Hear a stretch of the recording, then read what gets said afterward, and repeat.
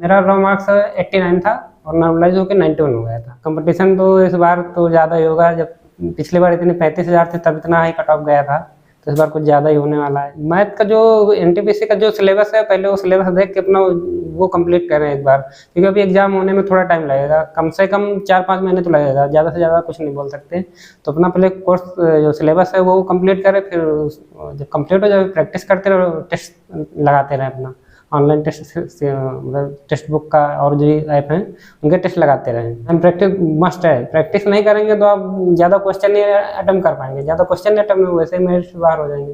Practice एकदम बहुत जरूरी है। मैथ के जितने ज़्यादा क्वेश्चन सही होंगे उतना ही आपके सिलेक्शन चांसेस ज़्यादा होते हैं, क्योंकि मैथ जो है वो मतलब पता रहता ना कि इसी सिलेबस में से आएगा, क्योंकि जीके जीएस पता नहीं क्या पूछ लेता कहाँ से आ जाए।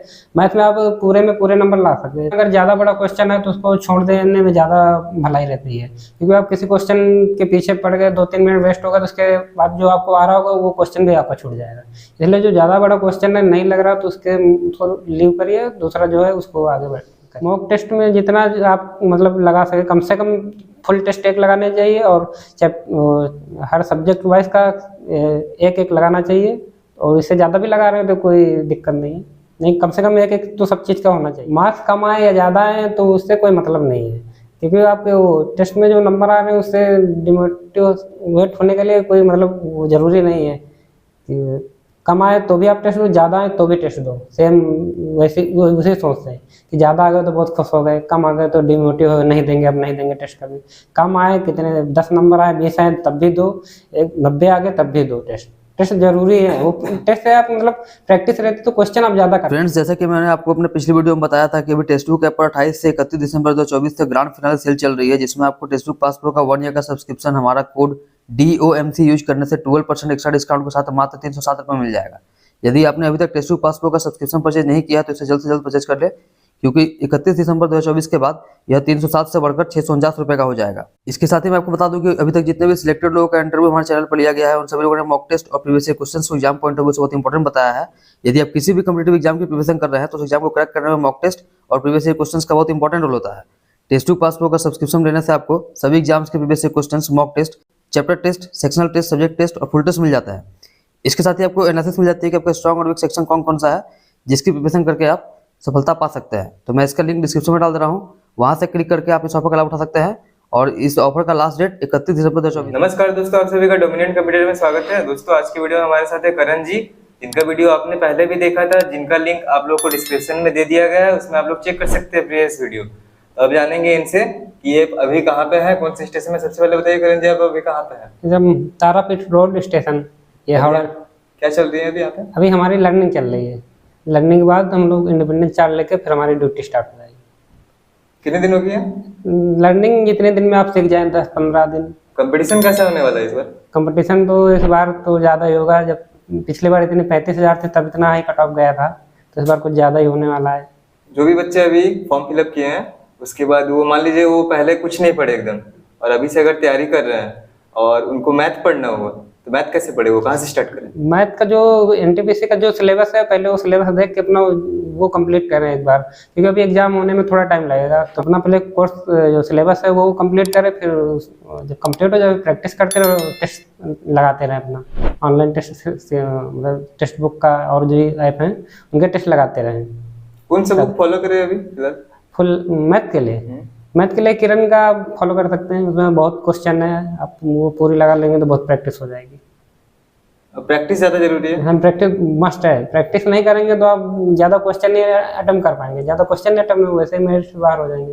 प्रैक्टिस एकदम बहुत जरूरी है, मैथ का बहुत रोल, क्योंकि आप मैथ के जितने ज़्यादा क्वेश्चन सही होंगे उतना ही आपके सिलेक्शन चांसेस ज़्यादा होते हैं, क्योंकि मैथ जो है वो मतलब पता रहता ना कि इसी सिलेबस में से आएगा, क्योंकि जीके जीएस पता नहीं क्या पूछ लेता कहाँ से आ जाए। मैथ में आप पूरे में पूरे नंबर ला सकते हैं, चाहे 30 क्वेश्चन आते हैं तो आप बहुत अच्छी मेहनत करेंगे 27-28 नंबर ला सकते हैं, जब जीके जीएस में नहीं ला सकते इतने ज़्यादा। तो मैथ के लिए मैथ को प्रैक्टिस करना बहुत ज़रूरी है।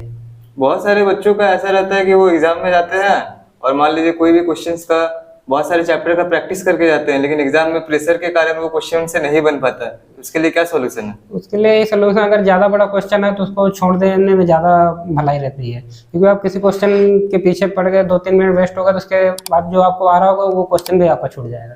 इसलिए जो ज़्यादा बड़ा क्वेश्चन है नहीं लग रहा तो उसको लीव करिए, दूसरा जो है उसको आगे करिए। अभी बच्चे पर डे मैथ्स के लिए कितना टाइम दे, एक दिन में कितने आवर? मैथ के लिए जितना ज़्यादा टाइम मिले अपने रूटीन के हिसाब से 4-5 घंटे तो मैथ प्रैक्टिस करनी चाहिए। रीजनिंग के बारे में थोड़ा बता दीजिए कि रीजनिंग में वो कहाँ से पढ़े, कौन सी बुक फॉलो करें?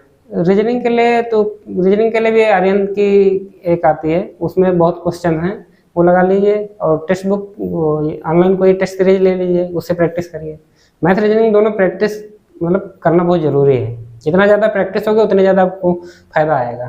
तो उतना ही कम टाइम लगेगा तो आप क्वेश्चन ज़्यादा अटेम्प्ट कर पाएंगे। रीजनिंग में एक टाइम बता दीजिए, इसमें एक दिन में कितना समय दे उसमें? रीजनिंग को 2-3 घंटे दे सकते हैं आराम से, उतने में प्रैक्टिस हो जाएगी आराम से। और जैसे जीएस में साइंस भी पूछा जाता है बहुत, तो साइंस को कौन सी बुक से पढ़े? साइंस के लिए दृष्टि की आती है ना, स्पीडी की भी साइंस की आती है, वो पढ़ लें, उतने पर्याप्त है एनटीपीसी के लिए। एनसीईआरटी पढ़ना? एनसीईआरटी तो अब उतना टाइम नहीं है एनसीईआरटी पढ़ के, और उतना ज़्यादा डीप में पूछता भी नहीं है एनटीपीसी में। मतलब सेलेक्टेड क्वेश्चंस पढ़ने हैं। सिलेक्टेड क्वेश्चन पढ़ते हुए एनटीपीसी के लिए। ग्रुप डी के लिए आप एनसीईआरटी पढ़ सकते हैं, क्योंकि उसमें 25 नंबर्स का अलग ही होता है, मगर एनटीपीसी में ऐसा कुछ नहीं होता है। और करंट अफेयर के लिए? करंट अफेयर के लिए वो बुक्स ले लीजिए, स्पीडी की बुक्स आती हैं, मंथली वाइज ले लीजिए और यूट्यूब से पढ़ लीजिए। और ईयरली 6 मंथ वाली वो भी पढ़िए। और जैसे लूसेंट बुक जो होता है, तो लूसेंट पढ़ना तो बहुत जरूरी है जीएस के लिए, लेकिन बहुत सारे बच्चों का रहता है कि वो बोरिंग लगता है बहुत, उसमें पेज में न एक भी पिक्चर दिया हुआ नहीं रहता है, तो उसको कैसे पढ़े, उसको पढ़ने का तरीका बताइए। बोरिंग कुछ, आप केवल बुक को पढ़ते रहिए बस, वो उसको मतलब देखिए मत कि इसको कुछ याद हो रहा है, उसको बस पढ़ते रहिए डेली हर उसके सब्जेक्ट के 2-2 4-4 पेज पढ़ते रहिए, बाकी कुछ नहीं सोचना है। उसको याद कैसे रखा जाएगा, भूल जाए बच्चे तो? रिवीजन करते रहिए, वो याद रहेगा, आप पढ़ते रहेंगे डेली बेसिस पे। और मॉक टेस्ट एक दिन में कितने लगाए? मॉक टेस्ट में जितना आप मतलब लगा सके, कम से कम फुल टेस्ट एक लगाने चाहिए, और हर सब्जेक्ट वाइज का एक लगाना चाहिए। और इससे ज़्यादा भी लगा रहे हो तो कोई दिक्कत नहीं है, नहीं कम से कम एक तो सब चीज़ का होना चाहिए। एक सेक्शनल? हाँ, एक सेक्शनल लगाना चाहिए, एक फुल लगाना, इतने तो कम से कम लगाने हैं। मार्क्स कम आए या ज़्यादा आए तो उससे कोई मतलब नहीं है, क्योंकि आपके वो टेस्ट में जो नंबर आ रहे हैं उससे डिमोटिवेट होने के लिए कोई मतलब वो ज़रूरी नहीं है कि कम आए तो भी आप टेस्ट दो, ज़्यादा आए तो भी टेस्ट दो। सेम वैसे उसी सोचते हैं कि ज़्यादा आ गए तो बहुत खुश हो गए, कम आ गए तो डिमोटिव हो, नहीं देंगे, अब नहीं देंगे टेस्ट कभी। कम आए, कितने 10 नंबर आए, 20 आए तब भी दो, 90 आ गए तब भी दो। टेस्ट जरूरी है, वो टेस्ट से आप मतलब प्रैक्टिस रहती तो क्वेश्चन आप ज़्यादा कर लेंगे। आपको अपना स्कोर याद है? मेरा रॉ मार्क्स 89 था और नॉर्मलाइज होकर 91 हो गया था। तो नॉर्मलाइजेशन में CBT2 में मेरा था 76.33, तो उसमें नॉर्मलाइजेशन नहीं होता CBT2 में, क्योंकि एक ही शिफ्ट में पूरा एग्जाम हुआ था, तो उसमें नॉर्मलाइजेशन नहीं हुआ था। और बच्चों को बता दीजिए कि जैसे CBT1 की तैयारी और CBT2 की तैयारी दोनों सेम है या फिर दोनों की स्ट्रेटेजी अलग होनी चाहिए? दोनों की सेम है, कोई अलग है। केवल CBT2 में थोड़ा क्वेश्चन का लेवल बढ़ जाता है, टाइम उतना रहेगा, क्वेश्चन भी 20 क्वेश्चन भी बढ़ जाते हैं और लेवल भी थोड़ा बढ़ जाता है, बस पैटर्न वही रहता है, बस थोड़ा मेहनत थोड़ा और ज़्यादा करनी पड़ेगी, क्योंकि लेवल थोड़ा हार्ड कर दिया जाता है। प्री से मेंस में थोड़ा हार्ड क्वेश्चन रहते हैं और क्वेश्चन भी बढ़ जाते हैं, तो इसलिए टाइम भी कम पड़ जाता है। और साइको की तैयारी जो है बच्चे एग्जाम्स के बाद करें या पहले से ही करें?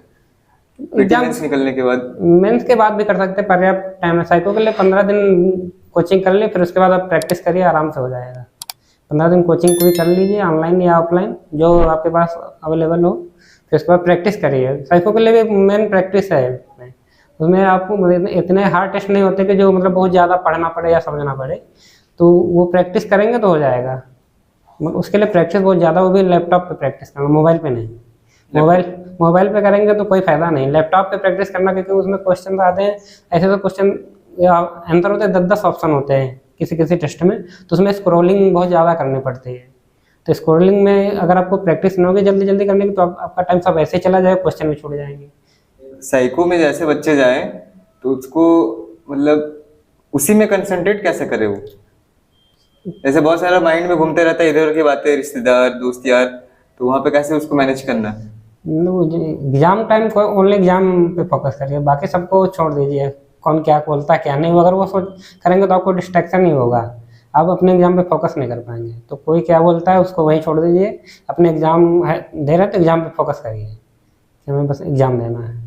बहुत सारे बच्चों का सिली मिस्टेक रहता है, जैसे छोटे छोटे वो गलत मिस्टेक से भर देते हैं, तो उनके लिए क्या है, उनका क्या होगा? कोई दिक्कत नहीं, डीबी के टाइम आप जो प्रॉब्लम हुई है फॉर्म भरने में उसका एफिडेविट दे दीजिए, वो मान लेते हैं।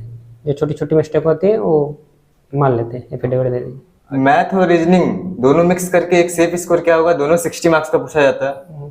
अगर आप अच्छे से तैयारी करें तो अगर 50 तो 55 आ जाए तो सिलेक्शन हो जाता है। इतना कोशिश करें 50 प्लस तो रहे, क्योंकि जीके जीएस का मालूम नहीं कहाँ से क्या आ जाए, वो हर किसी के लिए प्रॉब्लम हाँ है। सबके लिए प्रॉब्लम है। तो मैथ और रीजनिंग ही आपको सिलेक्शन मतलब के पास ज़्यादा ले जाती है। जितने ज़्यादा उसमें क्वेश्चन आपके सही होंगे उतने ज़्यादा आप सिलेक्शन के पास जाएंगे। तो कोशिश करिए रीजनिंग मैथ में ज़्यादा से ज़्यादा 50 प्लस तो 100% आना ही आना। उससे ज़्यादा हो जाए तो बहुत बढ़िया। और प्रीवियस ईयर का क्या रोल है? प्रीवियस ईयर क्वेश्चन बहुत ज़रूरी है लगाने, उससे आपको पता चलता रहेगा ना पिछले कैसे मतलब रेलवे ने कैसा पूछा था, तो मतलब प्रैक्टिस होती रहेगी कि हाँ ऐसे क्वेश्चन आते हैं। तो प्रीवियस ईयर भी बहुत ज़रूरी है, प्रीवियस ईयर भी लगाइए और जो करंट के जो टेस्ट हैं चल रहे हैं वो भी दीजिए। अच्छे से पढ़ते रहे मन लगा के, कि क्योंकि वैकेंसी आई है तो ऐसा सोचे कि इसी में मेरा सिलेक्शन हो जाए, तो वो सोच के मतलब मेहनत करिए खूब। बहुत सारे गरीब बच्चे हैं। हाँ बहुत सारे, क्योंकि उनके मिडिल क्लास वालों के पास केवल यही एक ऑप्शन है कि वो मेहनत करके मतलब जॉब पा ले तो थोड़ा उनका आगे हेल्प हो जाए। तो दोस्तों आपने करण जी का इंटरव्यू देखा, आप लोगों को इस वीडियो से काफी हेल्प हुआ होगा, या फिर जो भी बच्चे देखेंगे उनके लिए हेल्प बहुत सारा होगा। तो करण जी का बहुत बहुत धन्यवाद फिर से समय देने के लिए। करण जी बहुत बहुत धन्यवाद।